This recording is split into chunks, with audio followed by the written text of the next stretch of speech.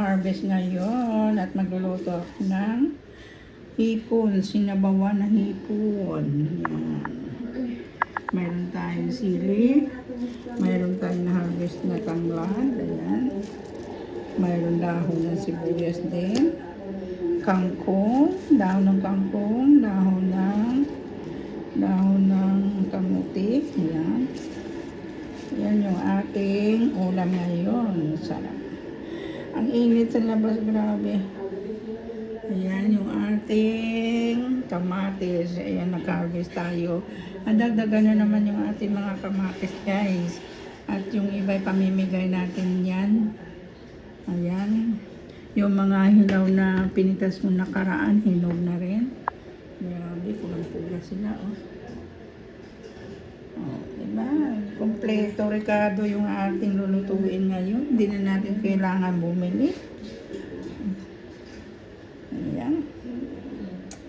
Napagod ako sa sobrang dami ng ginawa kong paglilinis. At naglinis ako ng mga display natin at pinagtatabi ko na yung iba. At ipapadala natin sa Pilipinas. Ayan. Okay.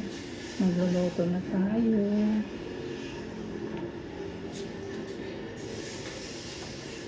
Magluluto na tayo ng gulay. Ayan, yung ating kalabasa malapit na rin harvestin.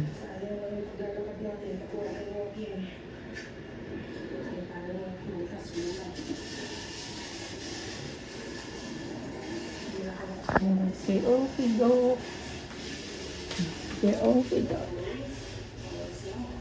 Ay. Ayan, luto na yung kanin natin.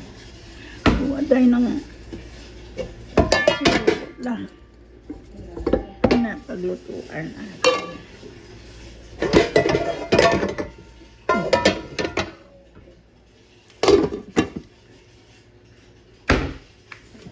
Ang dami pa nating huhugasan ng mga nakababad na nila sa sabon.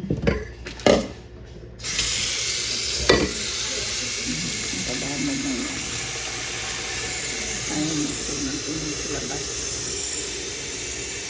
Ayan, sobrang init. Ay, sobrang init.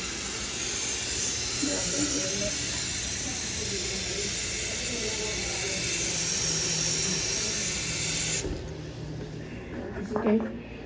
Bye. Ang dami. Napagod. Ang dami pang hugasan.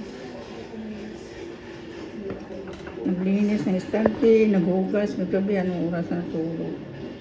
Naglinis, hinugasan ko lahat ng mga dinisplay ko at itatabi ko.